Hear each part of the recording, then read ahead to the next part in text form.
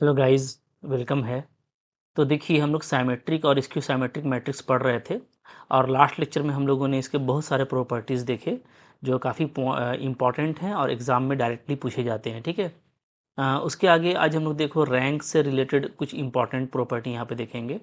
So properties of rank of symmetric and skew symmetric matrix. ठीक है। देखो सबसे पहली बात यहाँ पे ये है कि जो rank of skew symmetric matrix होता है ये ऑलवेज इवन होता है।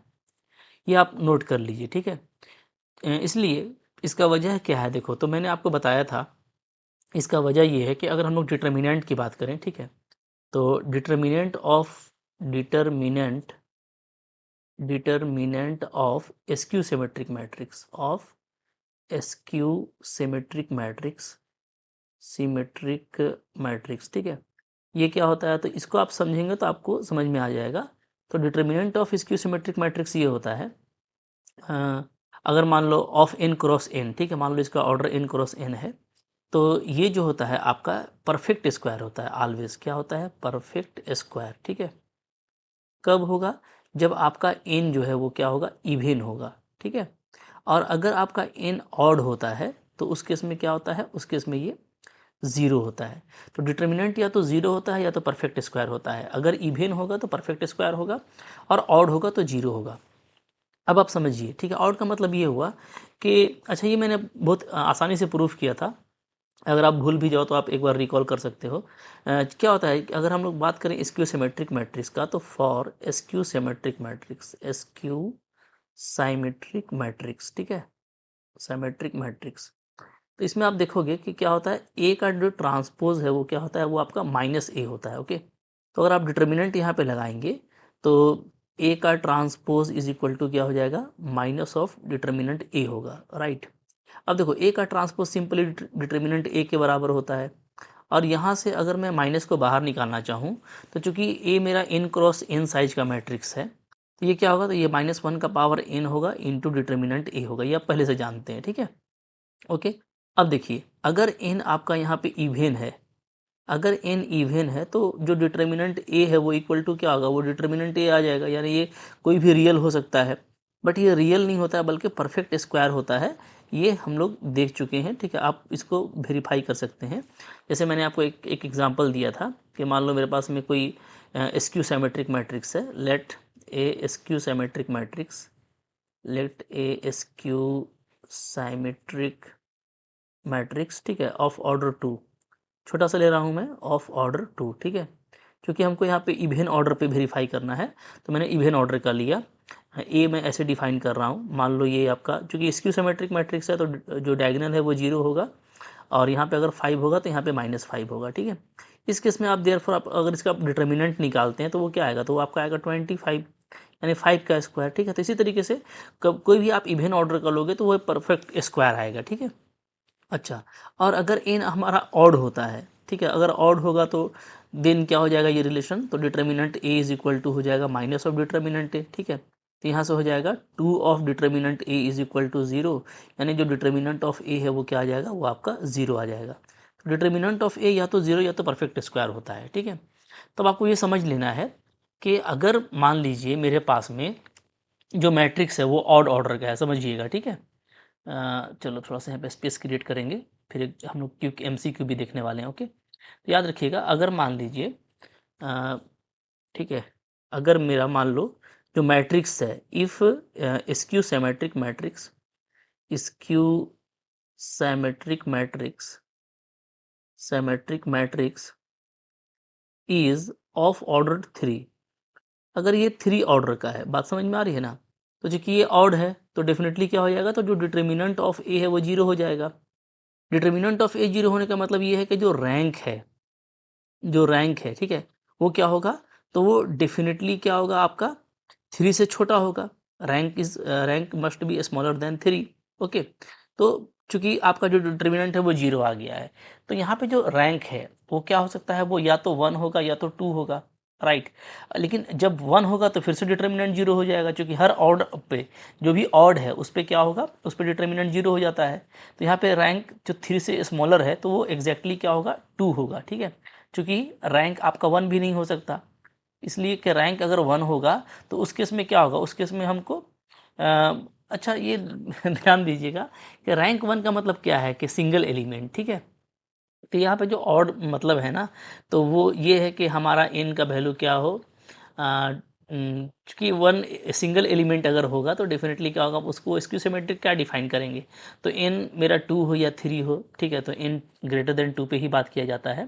तो यहाँ पे वही होगा कि रैंक वन तो हो ही नहीं सकता, क्योंकि वन होगा तो फिर वो सिंगल एलिमेंट वाली बात हो जाएगी। तो यहाँ पे अगर स्क्यू सिमेट्रिक मैट्रिक्स है तो रैंक क्या होगा आपका, 2 ही होगा, ठीक है। तो रैंक वन की यहाँ पे बात ही नहीं है। ओके, रैंक वन का मतलब होता है सिंगल एलिमेंट। तो रैंक टू होगा, तो यहाँ पे भी देखो आपको क्या मिल रहा है, तो आपको यहाँ पे ओवरऑल एक इवन रैंक मिल रहा है, ठीक है। इसी तरीके से मान लीजिए अगर स्क्यू सिमेट्रिक मैट्रिक्स का ऑर्डर आपका 5 है, ठीक है, मैं तो सा फिर आपको एक MCQ भी दिखाने वाला हूँ, तो देखिए।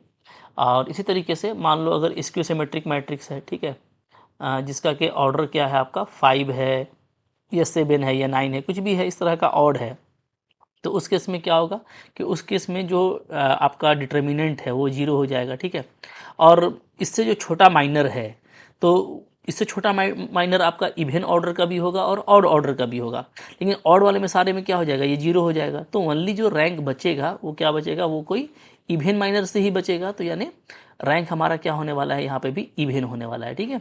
तो अगर ऑड होगा तो इवन ही होगा, और अगर मैट्रिक्स का ऑर्डर अगर इवन है, बात समझिए, ठीक है, अगर स्क्यू सिमेट्रिक मैट्रिक्स का ऑर्डर इवन है तो उस केस में तो डिटर्मिनेंट नॉन जीरो होगा, परफेक्ट स्क्वायर होगा। तो उस केस में या तो उसका रैंक वही हो जाएगा, जैसे मैं बात करता हूँ, मान लो मेरा कोई स्क्यू सिमेट्रिक मैट्रिक्स है, उसका ऑर्डर क्या है 6 है, ठीक है, जो कि एक इवन नंबर है। तो उस केस में आपका जो है डिटर्मिनेंट जीरो नहीं होगा, है ना, क्या होगा, परफेक्ट स्क्वायर होगा, परफेक्ट स्क्वायर। अच्छा अब देखो ये परफेक्ट स्क्वायर का मतलब क्या है, देखिए जीरो भी एक परफेक्ट स्क्वायर है, ठीक है, जीरो भी क्या है, एक परफेक्ट स्क्वायर है। और हम लोग ये जानते हैं कि जो जीरो मैट्रिक्स है वो एक तरह का स्क्यू सिमेट्रिक मैट्रिक्स है, ठीक है। तो स्क्यू सिमेट्रिक मैट्रिक्स आपको जीरो मैट्रिक्स भी दिया रह सकता है। तो ऐसे केस में आप समझिएगा, अगर ये वो इवन ऑर्डर का ही है लेकिन अगर वो जीरो मैट्रिक्स है, तो उस केस में उसका डिटर्मिनेंट कोई ज़रूरी नहीं है कि नॉन जीरो ही हो, परफेक्ट स्क्वायर होगा तो जीरो भी हो सकता है। तो यानी वो आप अगर वो नॉन जीरो होगा तो ये 6 इसका क्या हो जाएगा, रैंक हो जाएगा, ये आपको आपने पढ़ा हुआ है, ठीक है। या तो क्या होगा, 6 से छोटा होगा लेकिन कोई इवन नंबर ही होगा, ठीक है। इसलिए कि जहाँ फिर आप ऑड की बात करेंगे तो ऑड में क्या हो जाएगा, वो आपका फिर से उसका माइनर जीरो हो जाएगा। तो हर केस में याद रखिए कि जो साइमेट्रिक मैट्रिक्स है, ठीक है, उसका जो रैंक होता है वो क्या होता है, ऑलवेज इवन होता है, ठीक है। अच्छा अब यहाँ पे अगर हमें स्क्यू साइमेट्रिक मैट्रिक्स का ये प्रॉपर्टी ध्यान दीजिएगा ना, कि स्क्यू साइमेट्रिक मैट्रिक्स का रैंक क्या होता है, हमेशा इवन होता है। अब मैं अगर यहाँ पे साइमेट्रिक मैट्रिक्स का रैंक का बात करूँ, तो मैंने आपको बताया था कि साइमेट्रिक मैट्रिक्स के रैंक के बारे में हम लोग कुछ नहीं कर सकते, हमको निकाल के देखना पड़ेगा, ठीक है, कि इसका रैंक क्या आता है। तो इसके रैंक को हम लोग फाइंड आउट करेंगे। कोई बहुत ही स्पेसिफाइड प्रॉपर्टी साइमेट्रिक मैट्रिक्स के रैंक के लिए नहीं है। हाँ एक है जो कि इसके इंटीजर पावर के लिए आता है, उसको हम लोग अभी डिस्कस करेंगे। बट स्क्यू साइमेट्रिक मैट्रिक्स में ये हमेशा होगा कि इसका रैंक हमेशा क्या आने वाला है, इवन आने वाला है, ठीक है। एक और प्रॉपर्टी यहाँ पे मैं देखो मैं ऐड करूँगा, तो वो भी हम लोग यहाँ पे देखते हैं। यहाँ पे देखो, यहाँ पे जो सेकंड प्रॉपर्टी आ रहा है वो ये कि किसी के लिए भी, ठीक है, लेट मान लो ए मेरा कोई मैट्रिक्स है, A B, let A B either either symmetric symmetric और स्क्यू सिमेट्रिक मैट्रिक्स, ठीक है, दोनों केस यहाँ पे हम लोग बात करेंगे। स्क्यू सिमेट्रिक मैट्रिक्स, मान लीजिए ए मेरा क्या है, या तो साइमेट्रिक है या तो स्क्यू साइमेट्रिक है, तो दोनों के लिए क्या होगा, तो दोनों के लिए एक बहुत ही इंपॉर्टेंट प्रॉपर्टी है, वो ये कि रैंक ऑफ ए का पावर 2n, ठीक है, रैंक ऑफ ए का पावर 2n, ये क्या होगा, ये आपका रैंक ऑफ ए एन होगा, रैंक ऑफ ए एन, ठीक है। तो ये दोनों के लिए है, चाहे वो साइमेट्रिक है या स्क्यू साइमेट्रिक हो, ठीक है। तो रैंक कोई भी ऑर्डर का हो, किसी भी ऑर्डर के लिए हम लोग बात करें, तो रैंक ऑफ ए का पावर 2n क्या होगा, रैंक ऑफ ए का पावर n होगा।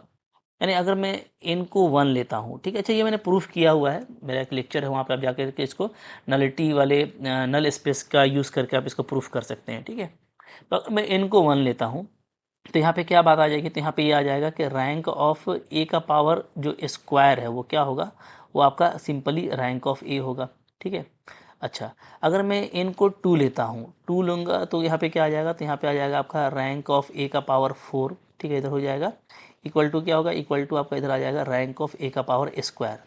और चूंकि रैंक ऑफ ए का पावर स्क्वायर फर्दर क्या होता है, रैंक ऑफ ए के इक्वल होता है, तो यहाँ से ये रैंक ऑफ ए आ जाएगा, ठीक है। अच्छा, अगर मैं n का वैल्यू 3 लेता हूँ, 3 लूँगा तो क्या होगा, तो यहाँ पे आपका हो जाएगा रैंक ऑफ ए का पावर इधर 6 हो जाएगा और इधर हमारा आ जाएगा रैंक ऑफ ए का पावर 3, ठीक है।